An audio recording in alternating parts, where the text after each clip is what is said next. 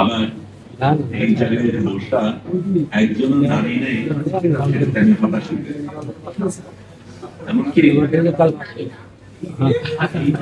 এই জায়গায় যারা আছে তারা একজন নারী, ওখানেই থাকেন, সেটা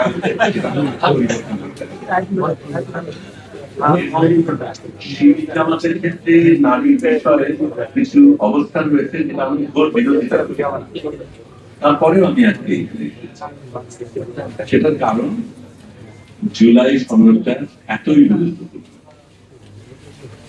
এত গুরুত্বপূর্ণ যে আমার দ্বিমত, কিছু জায়গায় দ্বিমত থাকা সত্ত্বেও, ভিন্ন চিন্তা থাকা সত্ত্বেও আমার থাকা উচিত, আমাদের প্রত্যেকের থাকা উচিত।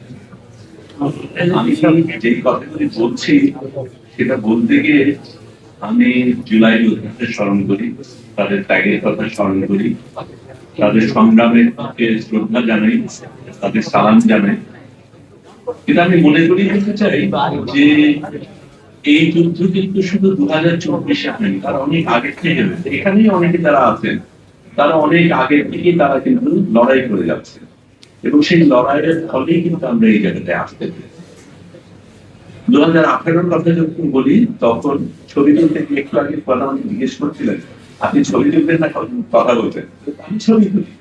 এবং ছবি যখন তুলছিলাম, রাজপথে যখন ছিলাম, চারিদিকে যখন টিয়ার গ্যাস ছিল, গোলাগুলি হচ্ছিল, তখন ছাত্রছাত্রীরা একটা প্ল্যাকার্ড হাতে নিয়েছিল যেটা আমাকে ভীষণভাবে স্পর্শ করেছে। এই সরকারের মেরামত চাই, আমরা দেশের মেরামত চাই, রাষ্ট্রের মেরামত চাই। মেরামত জিনিসটা তো অত্যন্ত গুরুত্বপূর্ণ। আমরা একটা দেশ পেয়েছি, এখনো এই দেশে অনেক সমস্যা রয়েছে। এই দেশকে আমাদের কোনো না কোনো ভাবে মেরামত করতে হবে, এবং আমি মনে করি এই জুলাই সনদটা সেটাই করতে চায়, দেশকে মেরামত করতে চায়। সেটা অনেক দিনের সংগ্রাম, অনেকগুলো মানুষ সেই জায়গায় শ্রম দিয়েছে, ত্যাগ করেছে, সেই কারণে আমরা আসছি। কিন্তু মেরামত যখন করতে হয় সবসময় সুন্দরভাবে যায় না। রাস্তাঘাট মেরামতের ক্ষেত্রে আমাদের সমস্যা হয়, সেটার ক্ষেত্রে কিছু কিছু মানুষের একটু বেশি সমস্যা হয়। তারপরে বৃহত্তর স্বার্থে যে জায়গায় আমরা পৌঁছতে চাই সেটার কথা ভেবে আমরা মেরামতটা করি। এখন কিছু কিছু জায়গায় সমস্যা আছে বলে আমি মেরামতটাকে বাদ দিয়ে দেব, এটা কোনো যুক্তি আমি দেখি না। আমি জুলাই সনদ নিয়ে আলাদাভাবে বলতে চাই না, কারণ এখানে যারা বলেছেন খুব সুন্দরভাবে সেগুলি ব্যাখ্যা করেছেন, এবং সেখানে আমার প্রশ্ন করার বা বাড়তি কিছু দেওয়ার তেমন কিছু নেই। কিন্তু আমি এই জিনিসটা অবশ্যই বলতে চাই যে আমরা যেই ধরনের দেশ পেতে চাই, যেই দেশের স্বপ্ন দেখে আমরা এগিয়েছি, যেই দেশের স্বপ্নের কারণে এতগুলি মানুষ রক্ত দিয়েছে, রক্ত স্নাত যেই জুলাই সনদ আমরা সামনে পেয়েছি, সেটাকে আমরা উপেক্ষা করে দেবো কিছু কিছু জায়গায় আমাদের দ্বিমত আছে বলে, এটা আমার জন্য যুক্তিসঙ্গত না। দ্বিমত থাকতেই পারে, থাকতে সেটাই হওয়া উচিত, যে কোনো গণতন্ত্রে সেটাই হওয়া উচিত। সেটা আমরা একসাথে করবো, মিলিত ভাবে করবো, ঝগড়া করবো, তর্ক করবো। সংসদ আছে সেই কারণেই, সেখানে এক দলের আধিপত্য আছে বলে সবকিছু নিরঙ্কুশ ভাবে গ্রহণ করতে হবে তা যদি হয়, তাহলে তো সংসদের প্রয়োজন নেই।